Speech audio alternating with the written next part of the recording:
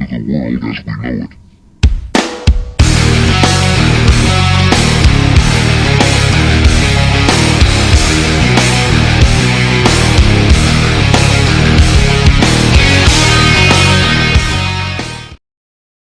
What's going on, everybody? It's T.E.O.T.W.A.W.K.I man here again, and I'm driving home again. So I'm going to try and make this a regular thing if I can.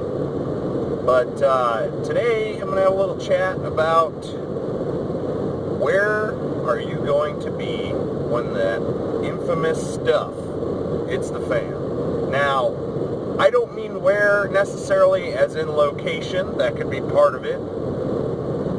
I mean, kind of where are you going to be at, you know, with everything you got?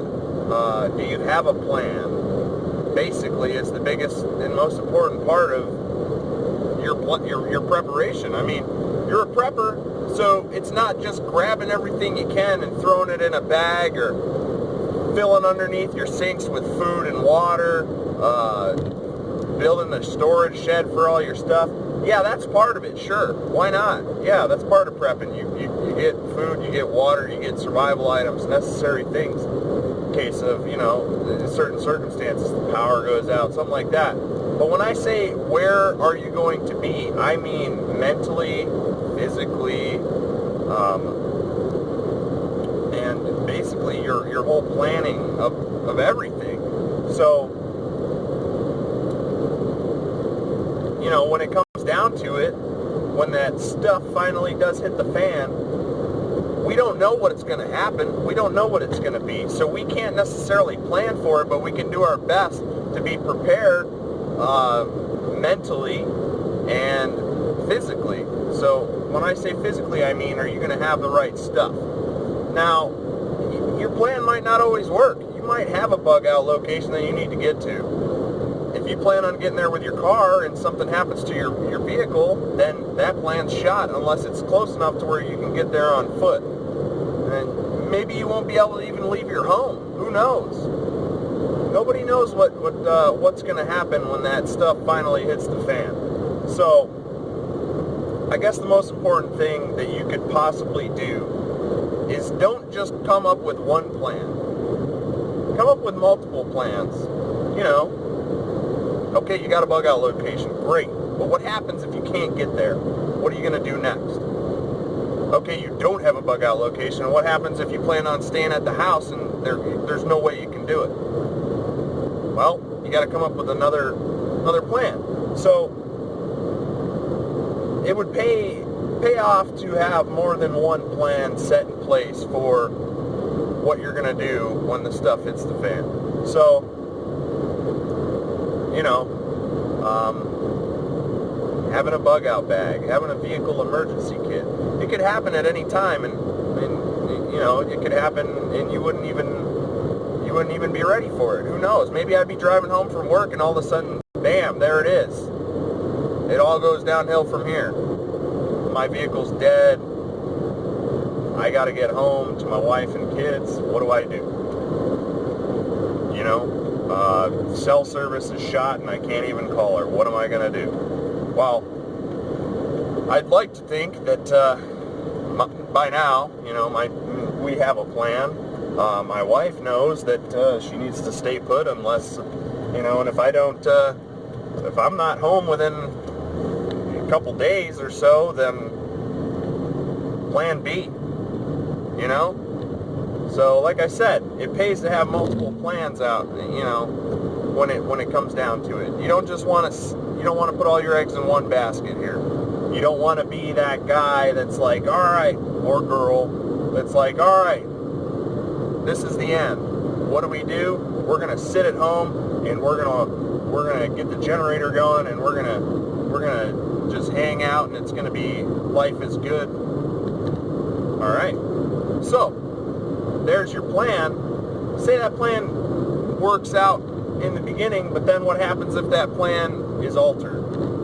Do you have another plan? Do you have a way to get out of there if you need to? Or do you have a spot set up where you have extra food storage or something in case you do got to get out? These are things you got to think about. I'm not going to say you need to have firearms, but firearms would be a plus.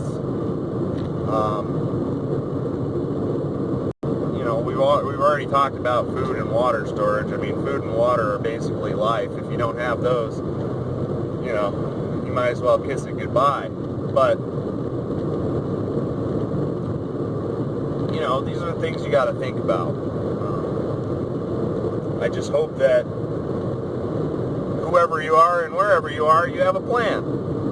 And you know what you're going to do when the stuff hits the fan. You know that you're going to leave that house, but if you can't leave the house, you got enough stuff to make it for a while.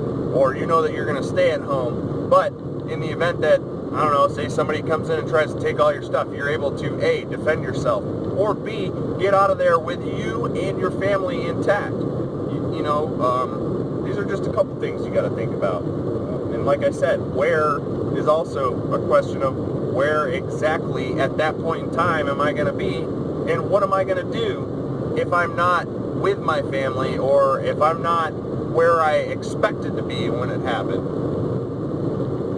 So just a little food for thought, you know, get everybody's mind going again. Kind of, if you have a plan but it's been a while since you've thought about it, maybe you should bring it up, you know, to the family, or just let it roll around in your head for a while and think if there's any holes in it, if I could do anything to improve it and build it back up, so we so you know, you can be ready once again, be 100% prepared. Like I said, well, okay, not 100% because nobody's going to be there. There's no 100%. You can be the richest person in the world and be not be 100% prepared, because who knows what happened? Who knows what'll happen? You know, if we lose all power and everything, you can't use a generator or anything like that. You know, if you got all the money in the world, you can throw money at a dead generator all day, but it's not going to turn on. Or you can throw money at a dead car all day and it's not going to turn on. So these are other things you got to think about is do I have a backup plan? And if you don't, you should probably come up with one.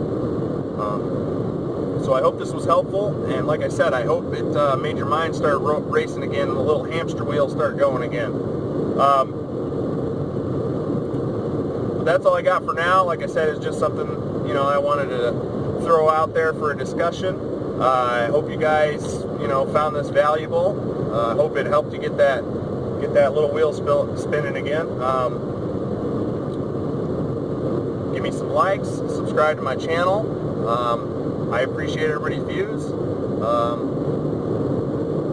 You know, you guys, I keep getting more and more subscribers every day, so I definitely appreciate that as well. If you do like my content, please feel free to hit the subscribe button. It's like right over there, but at the end of my video it'll be like either here or here, one of the two. So, like I said, if you like my content, don't be afraid to leave me a comment, and definitely don't be afraid to subscribe, because I'm just going to keep putting it up no matter what. So, thanks again, guys. I will see you again. Let's try for tomorrow, but I can't make any promises. Alright, guys. Thanks.